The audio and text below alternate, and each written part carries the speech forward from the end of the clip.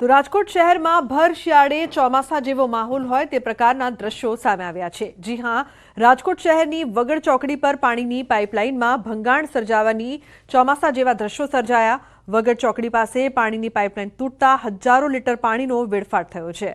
ત્યારે જાગૃત નાગરિક દ્વારા સમગ્ર મામલાના દ્રશ્યો પોતાના મોબાઈલ ફોનના કેમેરામાં કેદ કરવામાં આવ્યા। જો કે પાણીનો વેડફાટ શરૂ થયા બાદ સંબંધિત વિભાગને જાણ થતાં તેમના દ્વારા પાઇપલાઇન રિપેરિંગની કામગીરી કરી હતી। તો મહત્વનું છે કે વગડ ચોકડી પર પાણીની પાઇપલાઇનમાં ભંગાણ થયું હતું, જેના કારણે હજારો લીટર પાણીનો વેડફાટ થયો છે।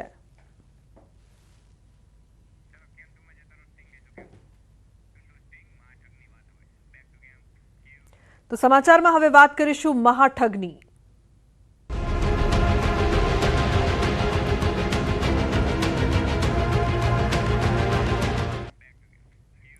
તો બીઝેડ ગ્રુપ કૌભાંડમાં સીઆઈડી ક્રાઇમની મોટી કાર્યવાહી। સીઆઈડી ક્રાઇમે કૌભાંડમાં વધુ 5 આરોપીઓની ધરપકડ કરી છે।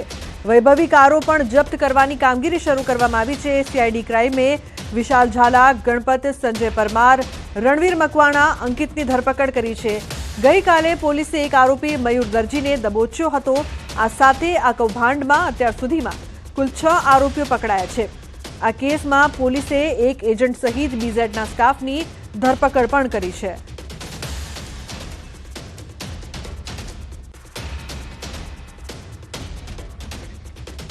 તો મહત્વનું છે કે હવે વધુ કાર્યવાહી કરવામાં આવી રહી છે। ઉલ્લેખનીય છે કે જે લોકોની ધરપકડ કરવામાં આવી છે તેમની પૂછપરછ કૌભાંડમાં અત્યાર સુધીમાં કુલ 6 આરોપીઓ પકડાયા છે। વધુ 5 આરોપીની ધરપકડ કરવામાં આવી। અત્યાર સુધીમાં સીઆઈડી ક્રાઇમે 6 આરોપીઓને પકડ્યા। તો મહાઠગબાજ ભૂપેન્દ્ર ઝાલાનું માર્કેટિંગ કરતા હોય તેવો ધારાસભ્ય ધવલસિંહ ઝાલાનો જૂનો વિડીયો વાયરલ થયો છે, જેમાં ધવલસિંહ ઠગબાજની વાહવાહી કરી રહ્યા છે। જો કે બીઝેડ ગ્રુપનું ભોપાળું બહાર આવતા જ ધારાસભ્ય ધવલસિંહે સ્પષ્ટતા કરવાની ફરજ પડી। સોશિયલ મીડિયામાં વાયરલ થયેલા વિડીયોને લઈને એમએલએ ધવલસિંહ બચાવમાં આવ્યા અને વિડીયોમાં સંસ્થાના ગ્રોથની વાત કરી હોવાનું નિવેદન આપ્યું। વિડીયોને મારી મચડીને અલગ રીતે બતાવવામાં આવી રહ્યો હોવાનો પણ દાવો કર્યો। જો કે સ્પષ્ટતા પહેલા વાયરલ થયેલા વિડીયોમાં ધવલસિંહ શું કહી રહ્યા છે તે પણ સાંભળો। ખાસ તો અભિનંદન પાઠવા આવ્યો છું મારા મિત્ર ભૂપેન્દ્રસિંહ ઝાલા, અને આમ તો એમને એક સુંદર વાત કરું એમના માટે, 1 ના 2 કેવી રીતના થાય અને 2 ના 4 કેવી રીતના થાય, બરાબર, એમને ખૂબ સારું આવડે। એટલે અહીંના સ્ટાફ અને અહીંને એમની જોડે જોડાયેલા તમામ કહેવાય ને શૈક્ષણિક સંસ્થા સાથે જોડાયેલા તમામ લોકોએ ચિંતા કરવાની જરૂર નથી। પહેલી વાત, ઘણાને ક્યાંક થોડોક સંકોચ હોય, પરંતુ મેં એટલે જ ઉદાહરણ આપ્યું કે 1 ના 2 કેવી રીતના થાય। એમ આ કેમ્પસમાં ધારો કે 10-15 હજાર વિદ્યાર્થી હોય કે 5,000 વિદ્યાર્થી છે ને 25,000 સુધી લઈ જવા હોય કે 50,000 સુધી લઈ જવા હશે, તો તેનું આયોજન ભૂપેન્દ્રસિંહ ખૂબ સારી રીતે કરી શકશે। કારણ કે પૈસા જો ફાળવણી કરવાનું આયોજન કરી શકતા હોય તો 100% કરી શકવાના। તમામ નાગરિકોને કહેવા માંગુ છું કે જે પ્રકારે મારો વિડીયો ચાલ્યો છે ને એની અંદર જે વર્ણન કરવામાં આવ્યું છે ને એને ક્યાંક ને ક્યાંક ખોટી રીતે મારી મતડીને લોકો સમજી રહ્યા છે અને બતાવી રહ્યા છે ક્યાંક। તો એવા સંજોગોની અંદર સ્પષ્ટીકરણ સાથે કહેવા માંગુ છું કે એમાં મેં એ સંસ્થાના ગ્રોથની વાત કરી છે કે જે સંસ્થાની અંદર 1 થી વધારે 2, 2 થી વધીને 3 કે 4, એટલે 5,000 થી લઈ, અને એનું સ્પષ્ટીકરણ પણ એ જ વિડીયોમાં કીધું છે કે 5,000 થી લઈને 25,000 કે 50,000 સુધીની સંખ્યા વધે એવા ગ્રોથ અને વિશ્વાસ અપાવવાનું કામ કર્યું છે। અને એજ્યુકેશન નો વ્યક્તિ છું એટલે સ્વાભાવિક છે કે આ શૈક્ષણિક સંસ્થા સાથે જોડાયેલો છું, એટલે વિશ્વાસ અપાઈ અને ગ્રોથ થાય સંસ્થાનો તેના માટેની ચર્ચા કરી છે, નહીં કે બીજી કોઈ આ વાતને બીજી રીતે કોઈએ લેવી નહીં, એવી મારી તમામ લોકોને વિનંતી છે। તો રોકાણકારો સાથે કરોડોની છેતરપિંડી આચરનાર બીઝેડ ગ્રુપે રાજ્યના વિવિધ શહેરોમાં પોતાની ઓફિસ ખોલી હતી। સાબરકાંઠા, અરવલ્લી, મહેસાણા, અમરેલી સહિતના શહેરોમાં ઓફિસ ખોલી હતી। અરવલ્લીના મોડાસા, માલપુર સહિતના શહેરોમાં બીઝેડ ગ્રુપની ઓફિસ ધમધમતી હતી, તેમજ મહેસાણાના વિજાપુરમાં ઓફિસ ખોલીને છેતરપિંડી કરતા। તો અમરેલીના રાજુલામાં પણ એક ઓફિસ ખોલી હતી। રોકાણકારોને 3 થી 36% સુધીના વળતરની લાલચ આપતા। સાથે જ બીઝેડ ઇલેક્ટ્રોનિક શોરૂમ અને ટ્રેડર્સની 2 ઓફિસો ખોલવામાં આવી હતી। BZ બ્રાન્ડના ટીવી, એસી, વોશિંગ મશીન પણ વેચતા હતા.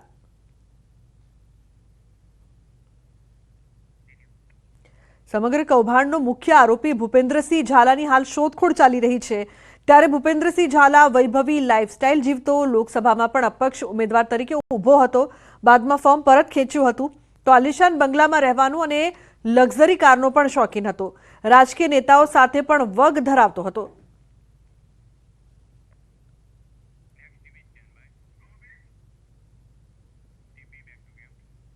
અન્ય સમાચાર, અમદાવાદથી સાયબર ક્રાઇમને મળી છે મોટી સફળતા. 1.15 કરોડ ડિજિટલ અરેસ્ટ કેસમાં 5 સકંજામાં આવ્યા છે. બેંક કર્મચારી સહિતના આરોપીઓની ધરપકડ કરવામાં આવી છે. પાર્સલમાં ડ્રગ્સ હોવાનું કહીને પડાવતા હતા પૈસા. પોલીસે બેંક ખાતાઓમાં રૂપિયા સીઝ કર્યા છે.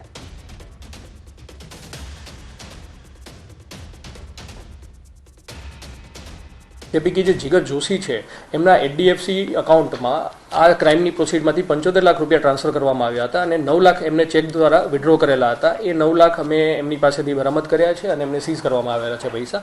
આ ઉપરાંત જે અન્ય રકમ છે, અત્યાર સુધીમાં ક્રાઇમમાં ટોટલ 62 લાખ જેટલી રકમ સીઝ કરવામાં આવી છે. જે એમના HDFC અકાઉન્ટમાં છે એમાં 59 લાખ સીઝ કરવામાં આવ્યા છે. તો પાણીપુરીમાં ચણા ન આપતા જીવલેણ હુમલો કરવામાં આવ્યો. સુરતમાં પાણીપુરીનો વેપાર કરતા પિતા પુત્ર પર જીવલેણ હુમલો. ડચ ગાર્ડન પાસે અસામાજિક તત્વોનો આતંક અહીં જોવા મળ્યો. પાણીપુરી ખાવા માટે ચણા ન આપતા 3 લોકોએ હુમલો કર્યો. અલ્તમસ, અયાન અને મુસ્તફા નામના માથાભારે યુવકોનો આતંક અહીં જોવા મળી રહ્યો છે. પાણીપુરી વેચનાર યુવકને 3 ટપોરીઓએ છરીના ઘા માર્યા. પુત્રને બચાવવા વચ્ચે પડેલા પિતા પર પણ હુમલો કર્યો. લોખંડના સળિયાથી યુવક અને તેના પિતાને માર્યો ઢોરમાર. પિતા પુત્રને મારી નાખવાની પણ ધમકી આપી. ઘટનાને લઈને ટોળું એકત્રિત થતા હુમલાખોરો ભાગી ગયા હતા. હાલ પિતા પુત્ર હોસ્પિટલમાં સારવાર હેઠળ છે. અઠવા પોલીસ સ્ટેશનમાં ફરિયાદ નોંધાતા પોલીસે 3 આરોપીને ઝડપી પાડ્યા છે.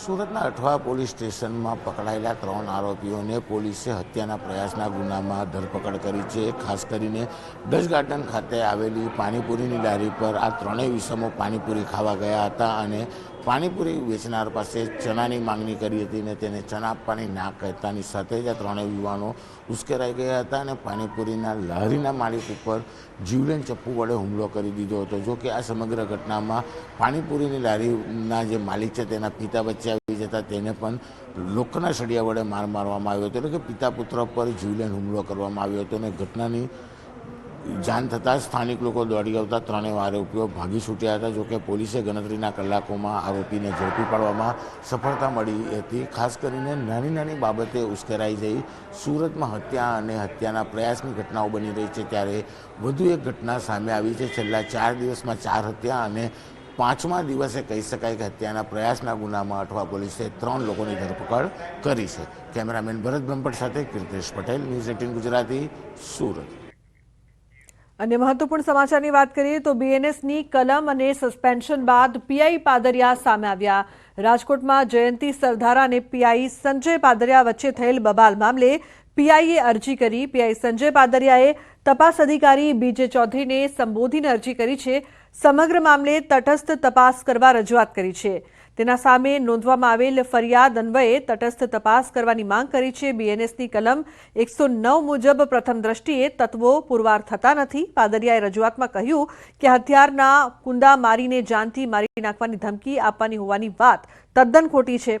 શ્યામ પાર્ટી પ્લોટ ખાતે કુલ 64 જેટલા CCTV કેમેરા લગાવવામાં આવેલા છે, જે તમામ તપાસવા જરૂરી છે.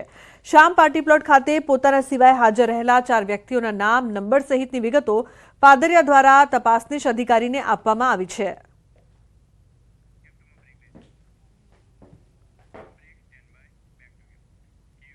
સમાચારનો પ્રવાહ યથાવત રહેશે. હાલ રોકાઈશું એક બ્રેક માટે. આપ જોતા રહો ન્યૂઝ 18 ગુજરાતી.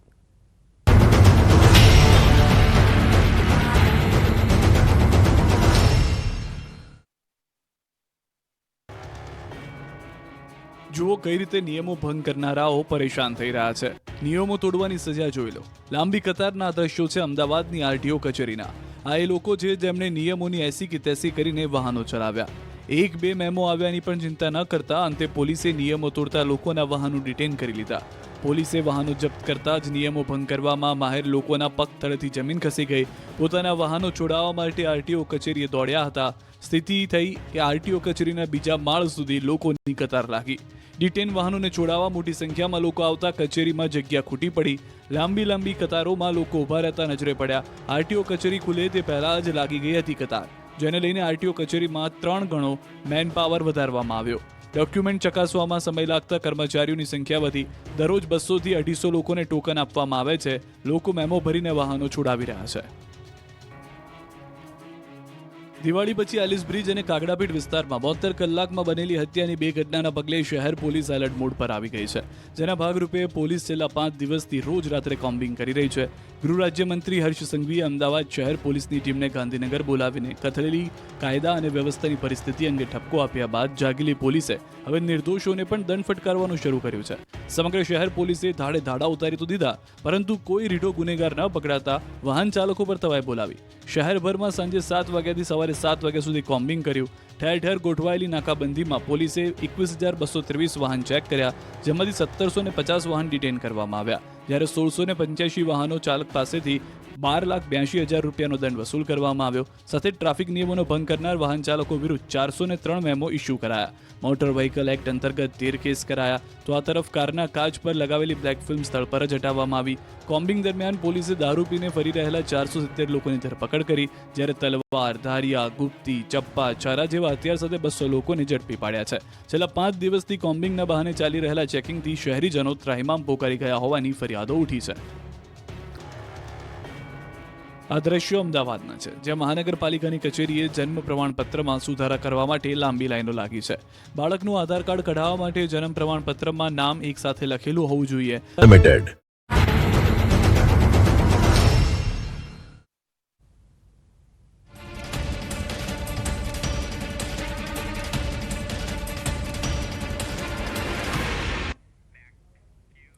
Welcome back. સમાચારમાં આગળ વાત કરીએ તો સૌ ભણે સૌ આગળ વધે સરકારનું આ સૂત્ર ક્યાંક પોકળ સાબિત થઈ રહ્યું હોય તેવું લાગી રહ્યું છે.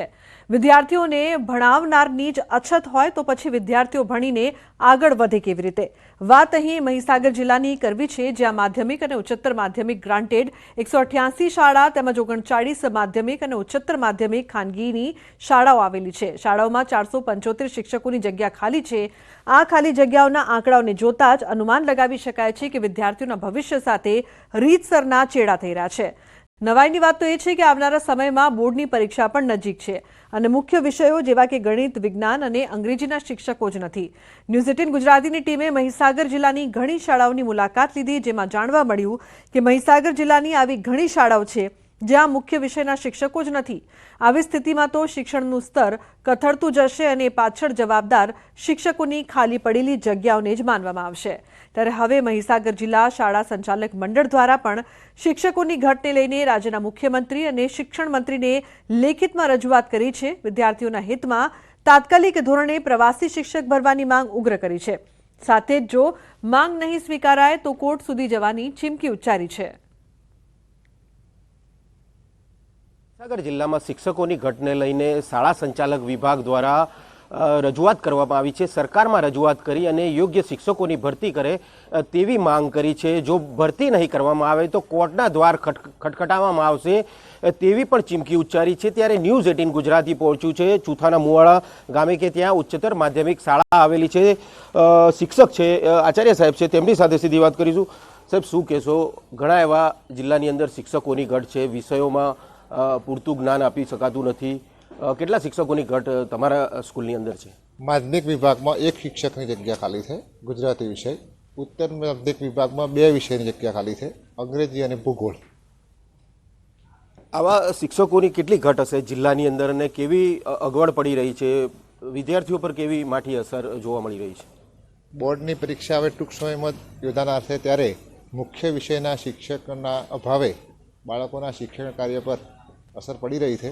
સરકારશ્રી આ અંગે ચોક્કસ નીતિ લાવી પ્રવાસી શિક્ષકની જે યોજના હતી એ પ્રમાણે કોઈક આયોજન ગોઠવે તો બાળકોને યોગ્ય ન્યાય આપી શકાય. પ્રવીણ વિદ્યાલય ચુથાના મોડામાં માધ્યમિક વિભાગમાં 1 જગ્યા ગુજરાતીની ખાલી છે અને હાયર સેકન્ડરી ઉચ્ચતર વિભાગમાં 2 જગ્યાઓ ખાલી છે. એમાં એક અંગ્રેજી વિષય અને બીજો ભૂગોળ વિષયની જગ્યા ખાલી છે. અત્યાર સુધીમાં એ વિષયોની ભરતી થઈ નથી. આવા મુખ્ય વિષયોની જો ઘટ હોય શિક્ષકોની તો બાળકોના શિક્ષણ પર બહુ માઠી અસર પડે છે અને એ પૂરતું જ્ઞાન એમને મળી શકતું નથી. એટલે સરકારને વિનંતી કે આ વિષય ઘટતું કરે અને બાળકોના હિતમાં નિર્ણય કરે. અંગ્રેજી વિષય મારું માધ્યમિકમાં ભરતી થયેલી છે અને હાયરમાં પણ 11-12ના અંગ્રેજી વિષયના પીરિયડો લેવા પડે છે અને અમે વિદ્યાર્થીઓને પૂરેપૂરો ન્યાય આપવાનો તો પ્રયત્ન કરીએ જ છીએ, પણ કાર્યભાર ઘણો જ વધી જાય છે. મહીસાગર જિલ્લાની સ્કૂલો આવેલી છે, તેમાં મુખ્ય જે વિષય કહી શકાય ગણિત, વિજ્ઞાન અને અંગ્રેજી વિષય કહી શકાય તેવા વિષયોની શિક્ષકોની ઘટ હોવાના કારણે વિદ્યાર્થીઓ પર માઠી અસર પડી રહી છે. બોર્ડની પરીક્ષા આવી રહી છે અને બોર્ડની પરીક્ષામાં શું લખશે તે પણ એક સવાલ અહીંયા જોવા મળી રહ્યો છે, જેથી કરીને જલ્દીથી જલ્દી જે શિક્ષકો છે તેમની ભરતી કરવામાં આવે તેવી માંગ અહીંના શાળા સંચાલક દ્વારા કરવામાં આવી રહી છે. ત્યારે હવે ક્યારે શિક્ષકોની ભરતી કરવામાં આવે છે તે જોવું રહ્યું. મિતેશ ભાટિયા, ન્યૂઝ 18 ગુજરાતી, મહીસાગર. વહેલામાં વહેલી તકે શિક્ષકોની ભરતી થાય અને માટે છેવટે પ્રવાસી શિક્ષકો, આમ તો પ્રવાસી શબ્દ બરાબર નથી, કાયમી ભરતી હોવી જોઈએ, છતાં પણ પ્રવાસી શિક્ષકો મૂકીને પણ આ શિક્ષકોનું આ વિદ્યાર્થીઓનું હિત ના જોખમાય એને માટે સરકારશ્રીને વિનંતી કરીએ છીએ. તો એક તરફ સરકાર આદિવાસી બાળકોના શિક્ષણની ચિંતાના મોટા મોટા દાવા કરી રહી છે, ત્યારે આ દ્રશ્યો આ દાવાને પોકળ સાબિત કરી રહ્યા છે. વાત છે છોટાઉદેપુરના નસવાડી તાલુકાના અંતરિયાળ ગામોની, જ્યાં ખોડિયા ગામે પ્રાથમિક શાળાની દયનીય હાલત છે. બાળકોને ભણવા માટે પૂરતા ઓરડા પણ નથી, છતના પતરા પણ ઉડી ગયા છે, જેથી બાળકો પણ ભયના ઓથાર નીચે અભ્યાસ કરી રહ્યા છે. એટલું જ નહીં, શાળામાં એક જ મહિલા શિક્ષક છે જે 1 થી 5 ધોરણના તમામ બાળકોને ભણાવે છે અને એ પણ 1-2 મહિના નહીં, પરંતુ છેલ્લા 1 વર્ષથી એક જ શિક્ષક તમામ બાળકોને અભ્યાસ કરાવે છે.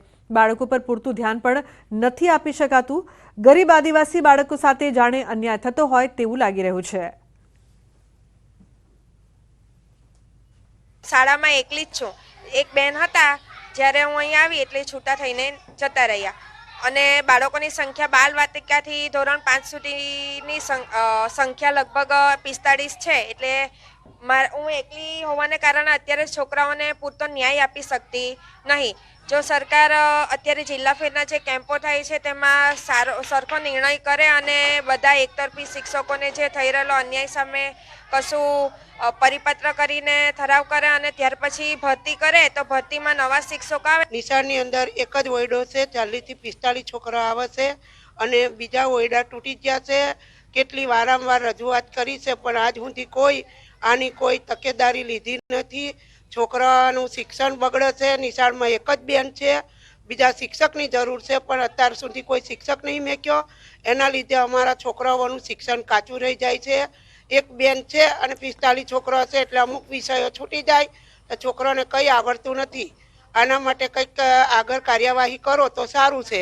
ઘટતા 786ની આજુબાજુ અમારું મહેકમ છે, એમાંથી 1 થી 5માં 275 જેટલી જગ્યા ખાલી છે અને ભાષા, ગણિત, વિજ્ઞાન અને સામાજિકની અંદર 59 જેટલી જગ્યા, આમ કુલ 334 જેટલા શિક્ષકોની ઘટ નસવાડી તાલુકામાં છે. નસવાડી તાલુકાના ખોડિયા પ્રાથમિક શાળાએ ન્યૂઝ 18 ગુજરાતીની ટીમ પહોંચી છે. આપણે તસવીર બતાવવા માંગીશું. આજે ખોડિયાની જે પ્રાથમિક શાળા છે કે તેમાં અંદાજે 50 જેટલા બાળકો અભ્યાસ મેળવે છે. 2 શિક્ષકની મહેકમ છે, પરંતુ આ જે શાળાની અંદર માત્ર એક જ શિક્ષક અભ્યાસ આપી રહ્યા છે. આપણે અંદરના દ્રશ્યો બતાવવાના પ્રયત્ન કરીશું કે આ એક જે શિક્ષિકા છે કે જે બાળકોને અભ્યાસ આપી રહ્યા છે. 1 થી 5ની શાળા છે, બાલવાટિકા, આમ 6 ધોરણ થાય, પરંતુ આજે એક શિક્ષિકા તમામ બાળકોને અભ્યાસ આપવા મજબૂર છે. આજે બોર્ડ જે લગાવ્યું છે, બ્લેક બોર્ડ છે, તેની ઉપર શિક્ષિકા લખી રહ્યા છે અને બીજું કે ઉપર ધોરણ ને વિષય લખેલો છે.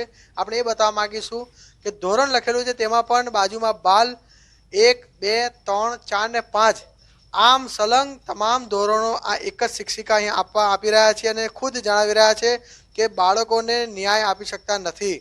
જ્યારે અન્ય શિક્ષકની ભરતી કરવામાં આવે, આ એક શાળા નથી પરંતુ છોટાઉદેપુર જિલ્લાના અનેક શાળાઓની અંદર આ જ પરિસ્થિતિ છે. બાળકોને પૂરતો અભ્યાસ મળતો નથી. સરકાર જે દાવાઓ કરે છે કે છેવાડાના માનવી સુધી વિકાસ પહોંચ્યો છે, છેવાડાના માનવી સુધી જે શિક્ષણ પહોંચ્યું છે, પરંતુ શું આપ જોઈ શકો છો કઈ રીતે બાળકો અભ્યાસ મેળવે? જ્યારે એક જ બેન્ચીસ પર બેસીને તમામ જે વિષયના વિદ્યાર્થીઓ છે જે હાલ અભ્યાસ મેળવી રહ્યા છે. એટલે ચોક્કસથી આજે ગામના લોકો, શિક્ષિકા, તમામ લોકો કહી રહ્યા છે કે હવે ખરેખર આ જે શાળાઓની અંદર શિક્ષકોની ભરતી કરવામાં આવે અને જે બાળકોને ભાવિ સુધારવામાં આવે તે ખૂબ જરૂરી બન્યું છે. સેજબ ખત્રી, ન્યૂઝ 18 ગુજરાતી, છોટાઉદેપુર. તો ભણશે ગુજરાત, આગળ વધશે ગુજરાત, પરંતુ વિદ્યાર્થીઓને ભણાવનાર શિક્ષકોની જો ઘટ હશે તો કઈ રીતે આગળ વધશે ગુજરાત? ન્યૂઝ 18 ગુજરાતીએ શિક્ષકોની ઘટ વિશે વધુ માહિતી એકત્રિત કરવા પંચમહાલ જિલ્લાના શાળાઓની મુલાકાત લીધી. ભણતર માટે અમે કાળજી રાખીએ પણ શાળાની અંદર પૂરેપૂરા શિક્ષકો નથી અને આવી રીતે લગભગ તમામ શાળાઓમાં આખા તાલુકા લેવલે, જિલ્લા લેવલનો આ જ પ્રશ્ન છે. તો અમારી શાળાની અંદર જો પૂરતા શિક્ષકો હોય વિષયવાર, તો દરેક શિક્ષકો દરેક વિષયનું બાળકોને સુખ શાંતિથી ભણાવી શકે. અને આ જો શિક્ષકો પૂરેપૂરા ના હોય તો અમારું બાળક 10મામાં કેવી રીતે પાસ થાય, બધા આગળ જતાં 12મામાં પણ પ્રશ્નો ઊભો થાય. અમારી શાળામાં માત્ર 2 જ શિક્ષકો છે, ગણિત, વિજ્ઞાન અને અંગ્રેજી. તો અમારે શિક્ષકોની જરૂર છે. સામાજિક વિજ્ઞાન, પશુપાલન, હિન્દી ને ગુજરાતી. તો અમારે સરકારને એક વિનંતી છે કે અમને 2 શિક્ષકો આપે. ગ્રામીણ સ્કૂલમાં અભ્યાસ કરીએ છીએ. મારા મમ્મી પપ્પા ખેડૂત છે, એ માટે અમે શહેરની સ્કૂલોમાં ભણી શકતા નથી, મોટી ફી ખર્ચી શકતા નથી. એ માટે સરકારને નિવેદન છે કે અમને 2 શિક્ષકો અપાવે. અખિલ ભારતીય રાષ્ટ્રીય શૈક્ષિક મહાસંઘ દ્વારા બાળકોના હિતમાં બાળકોના ભણતરને નુકસાન ના થાય તે અનુસંધાનને ધ્યાનમાં રાખી બીજી પણ સરકારને માગણી કરી છે કે અત્યારે 31/10/2024ના રોજ જે શિક્ષક મિત્રો નિવૃત્ત થયા છે તેમજ અત્યારના ચાલુ વર્ષના સમય દરમિયાન જે વર્ગ વધારાની મંજૂરી આપી છે એવી જગ્યાઓ પણ શિક્ષકોની જગ્યા બાકી છે. તો એવી જગ્યાએ જ્ઞાન સહાયકોની ફાળવણી કરવી એ પણ અખિલ ભારતીય કક્ષાએથી માગણી કરવામાં આવી છે. જ્ઞાન સહાયકની ભરતી કેન્દ્રીય લેવલથી કેન્દ્રીયકૃત રીતે સરકારશ્રી કરે છે. તેમાં ઘણા બધા જિલ્લાઓ દૂરના શિક્ષક મિત્રો આવતા હોવાથી હાજર પણ થતા નથી. સમજો કે સુરત અને વલસાડ જિલ્લામાંથી આવતા હોય તો પંચમહાલ છે અથવા તો પછી કચ્છ છે એવા અંતરિયાળ વિસ્તારોમાં એ હાજર થતા નથી. તો ત્યાં પણ બાળકોનું શિક્ષણ કાર્ય બગડે છે. એટલે આપણે અખિલ ભારતીય રાષ્ટ્રીય શૈક્ષિક મહાસંઘ વતી એવી પણ માગણી કરવામાં આવી છે કે જિલ્લા કક્ષાએથી ભરતી કરવામાં